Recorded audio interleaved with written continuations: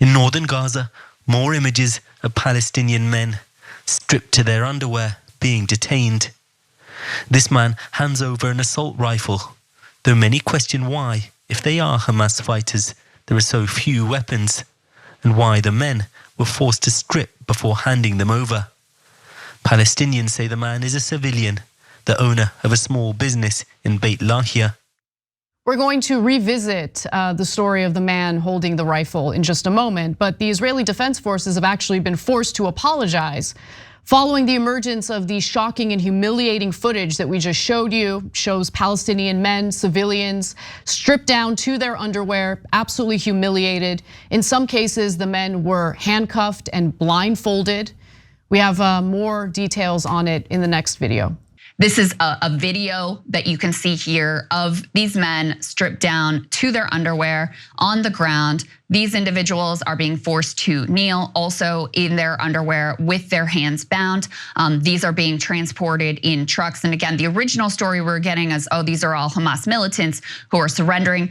You can see this man who is carrying a gun, and he is coming forward and laying it down. One of the immediate questions that emerged here is you're about to see another version of this same video, and Al Jazeera and others reporting that it appears they made this man do this twice for their little propaganda video that they're filming here.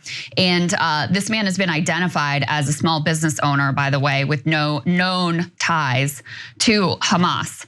And I think it's worth talking to or hearing from one of the men who experienced this firsthand and how the men were treated. Let's watch.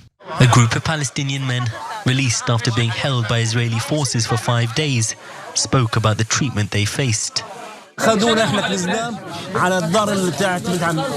took off our clothes, slapped us, kicked us, grabbed us like animals, and dragged us on the ruined ground with sand and stones. They did not care. They just wanted to take us to their place.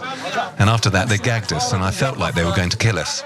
Now, initially, the IDF claimed that they were doing this to all the men in the Gaza Strip who they suspected of being terrorists. Later, the IDF was forced to correct themselves and claim that only 10 to 15% of them were, but I would even take that with a grain of salt. There's no chance. I would take it with a grain of salt. Let's just.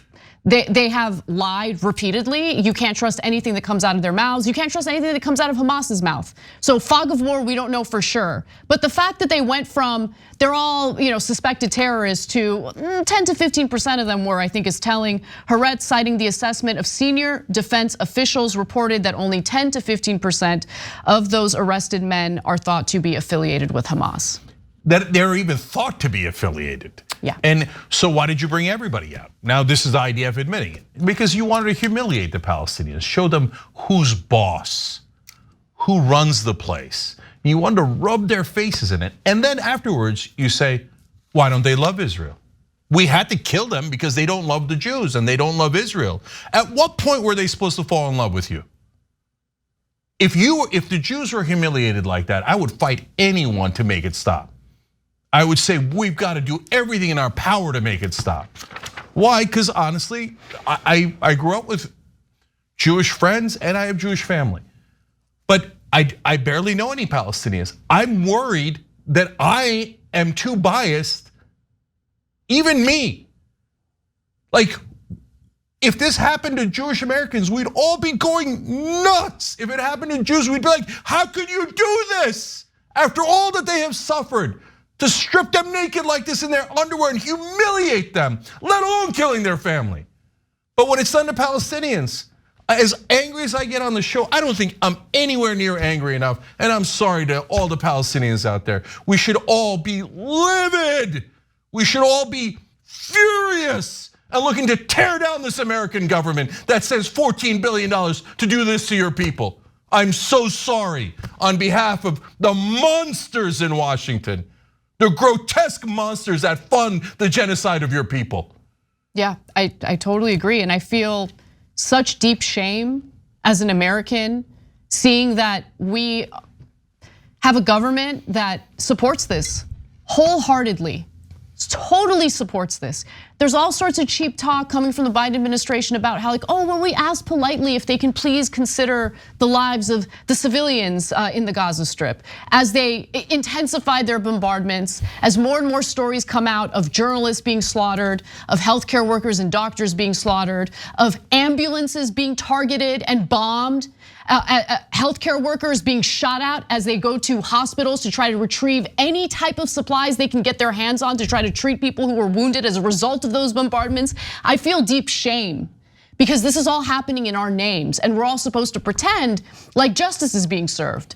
As if what this is doing is gonna somehow keep the Israeli population safe from another repeat of October 7th, but we know what the reality is. We know that as they are doing these bombardments, as they're wiping out entire families, this is breeding more extremism. They know it, we know it, but we're just sitting here and allowing it to happen. And I feel so ashamed of that.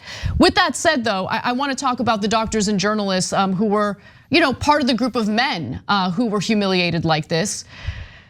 The Times of Israel reports that London-based Arabic language news outlet Al Arabi Al Jadid said on Thursday that among those Palestinians stripped down to their underwear was its reporter Dia Al Khalut and members of his family.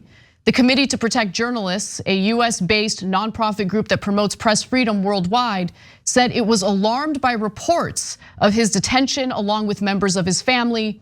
In fact, there is footage of him as he was being detained and humiliated. Let's take a look.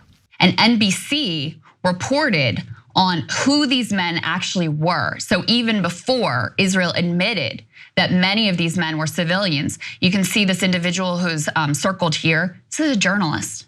This is a journalist for At the New Arabs Arabic Service. Others are relatives of a DC-based fundraiser for a UN agency. So people were able to spot civilians in these pictures. Mainstream outlets actually, did journalism and exposed that these were not, in fact, all Hamas militants. And I think that's what pressured the IDF to actually come out and have to apologize. Now, what is Israel also saying about the footage that's coming out? I think it's worth hearing from Mark Regev, who of course is an advisor to Israeli Prime Minister Benjamin Netanyahu. He had an interview with Sky News, and get a load of what he had to say, the excuse that he gave for what's currently transpiring. He said, quote, "Remember, it's the Middle East and it's warmer here, especially during the day when it's sunny. To be asked to take off your shirt, it might not be pleasant, but it's not the end of the world." Oh, Mark, that man is disgusting. I'm absolutely disgusted by what he said there. So Mark Regev is a monster, and he's, along with the rest of the Israeli government and their spokespeople, are totally responsible for the ethnic cleansing of Palestine. And so he comes out, you were doing them a favor because it's hot, that's why you had them take off their shirt? Like we don't have eyes, we can't see that you're doing it to humiliate them and to rub their face in the fact that you occupy them and you hold absolute power over them. And they go, ha ha, you're not human. We can do anything we want to you. And you think that helps the cause of Jews across the world? Are you insane? Look, you're driving endless hatred. Stop. Stop, because it's not just about how badly you're humiliating those Palestinians and how you're enraging 1.6 billion Muslims. It's because the damage you're doing to the Jewish cause. To do this publicly in front of the whole world and say, this is what we do. No, don't do that. Don't do that. And look at all of the terrible excuses. They found one guy with a gun, the shopkeeper, and they say, why don't the Palestinians fight back against Hamas? And then when a shopkeeper has a weapon to potentially fight back against the thugs in Hamas, they're like, aha, terrorists. Oh, the Palestinian men are terrorists. Yeah, you guys are liars. And when I say you guys, the Israeli government officials, these right-wing monsters, constantly talking about, we're gonna take Gaza, flying the Israeli flag in the middle of Gaza City after turning it into rubble and rubbing their face in it in every way. We're gonna ethnically cleanse you, we're gonna do a genocide, and we're gonna humiliate you, and there's nothing you could do about it. You see how great we are? Why don't you love us? Come on, guys. It's insanity. And unfortunately, everyone in Washington is like, oh yeah, totally good, A-okay. The Biden administration, what a bunch of liars, okay? I want to be absolutely clear. They're all complete liars. They are. Because they stopped the ceasefire resolution in the UN, which is a giant green light to Israel. They vetoed it. Yep. They vetoed it. They said, keep killing, keep slaughtering, right? Oh, by the way, we're about to send you $14 billion so you can slaughter more innocent Palestinians. But we have told our friends that maybe they should be a little bit more careful while they're murdering journalists and citizens. And then I wonder if Anthony Blinken and the rest go home and go, look at all the cleansing that we funded while we pretended that we care about Palestinians. Oh, Israel, be a little careful. Green light.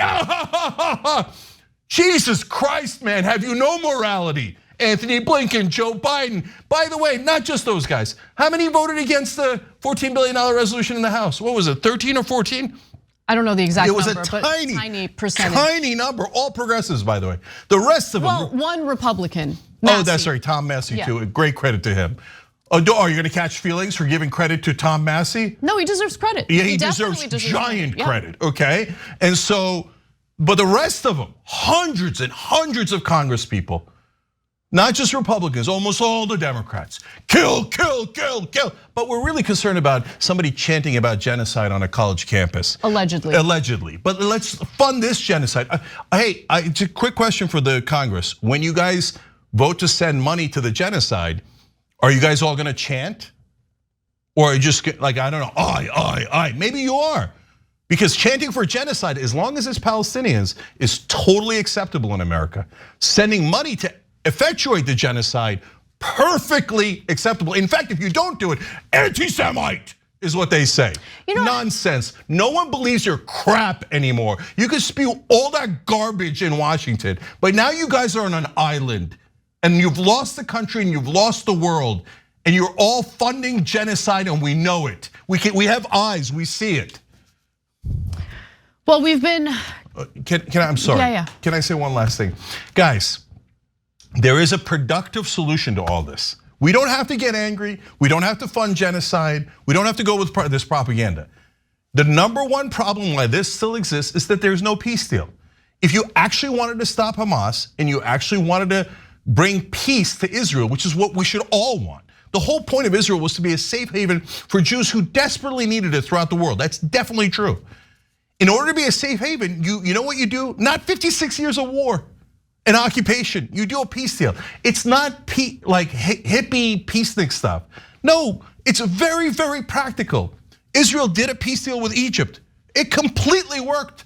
There was no more conflict, no more terrorism, no more war and killing each other after the peace deal. End the occupation, do a peace deal right now, and Israel is safe and the Palestinians have human dignity. It's actually very, very, very simple. The only reason that the right-wing government of Israel isn't doing it is because they would like to steal more Palestinian land. And they will, and we're gonna let them, and we're gonna aid and abet that process. We're doing it as we speak. And no, Cenk, I think you're wrong. That's not the heart of the problem. The heart of the problem is the Israel lobby, okay? It's not a Jewish lobby, it is the Israel lobby. The Israel lobby actually consists of a lot of evangelical Christians who salivate at the notion of the end times. And so they want to keep Israel a Jewish state for the second coming of God in order to, have that judgment day in which some Jewish people will convert to Christianity and those who don't will be absolutely destroyed. They'll burn in eternal damnation, okay? These are people in the United States who are part of an incredibly powerful lobby to ensure that there's no peace in that region of the world, to ensure that this constant war is never ending. Okay, that's the heart of the problem, Cenk. And people get real touchy when you talk about the Israel lobby, even though there are interest groups corrupting politicians all over Washington as we speak. It's okay to mention that, but you can't mention the Israel lobby. You can't mention AIPAC. You can't mention the Democratic Majority for Israel. They're the ones who have the say, not you or I, okay? Not the people sitting here at this desk or the people in this studio. They're the ones who make the decisions about what the policy should be in regard to United States support for Israel. And it's gonna be that way until we do something about money in politics. It is a virus that infects every single policy decision Washington makes, period. And the people who end up suffering the most when it comes to this particular issue are innocent civilians in Gaza and also the West Bank, by the way. The West Bank, which is not governed by Hamas, the West Bank where illegal settlements are supported by the Israeli government. They have no problem doing that. And they have no excuse to do it, but they do it anyway with our support. We never go after or against Israel and what they want. And it's not because the US government is full to the brim of politicians who agree with what Israel is doing. It's that the government is full to the brim with politicians who have been corrupted by the Israel lobby and will do whatever the Israel lobby wants them to do. That is what's happening. I know people get real offended by that, but that's the truth. There's an entire book written about it. Anyway, you should read it. Yeah, guys, if you could say, oh, I'm offended at the things that are 100% true, go ahead and get offended. But if you're denying that AIPAC, a Democratic majority for Israel, and evangelical Christians spend tens of millions of dollars buying off our politicians, you are factually incorrect. They definitely do it. It is well documented, and they brag about it. They say, oh, we eliminated Nina Turner. If you dared oppose us, we'll eliminate you. You must sign a loyalty pledge saying Israel can do no wrong. And they have dogs like John Fetterman. I don't know if he's gonna walk around in a leash soon, but go, yes, sir, absolutely, sir. And he admits, oh, I did it because I didn't want to get hurt by this lobby in the middle of my Senate run. Okay, so let's be honest about what's happening. Saying things that are patently, obviously true, factually true, proven by numbers and quotes, will get you banned in Washington. Can I just say one final thing about these end times lunatics, okay, yeah. The evangelicals? I find it so hilarious that as they continue pushing for the types of policies that slaughter, okay, countless women, children, innocent civilians, they think that what they're supporting is somehow gonna eventually lead to them living this fantasy world like in heaven. No, if heaven and hell exist, they'll be the first to go to hell, and I'll enjoy it. Yeah, I hope you don't catch feelings over that. You say we're all gonna go to hell, and you love it. You're like, you're gonna be left behind. You're all gonna be murdered by my God, and I'm gonna be the only one in heaven. And now all of a sudden, if we reverse it, you're like, oh, how dare you say I'm going to hell? Yes, if you're a fundamentalist evangelical Christian looking forward to the end times and hence looking to fund the murder of Palestinians, yes, you're definitely going to hell. If hell exists, you've got a primetime seat in hell for the more immoral crimes that you have committed. You should repent of your sins. Hey, thanks for watching that video. We really appreciate it, guys. And we appreciate it if you become members because that allows us to be independent, honest, progressive, all the things that you don't get from corporate media. And all of that is because of you guys. Hit the join button below and become one of us, become a Young Turk.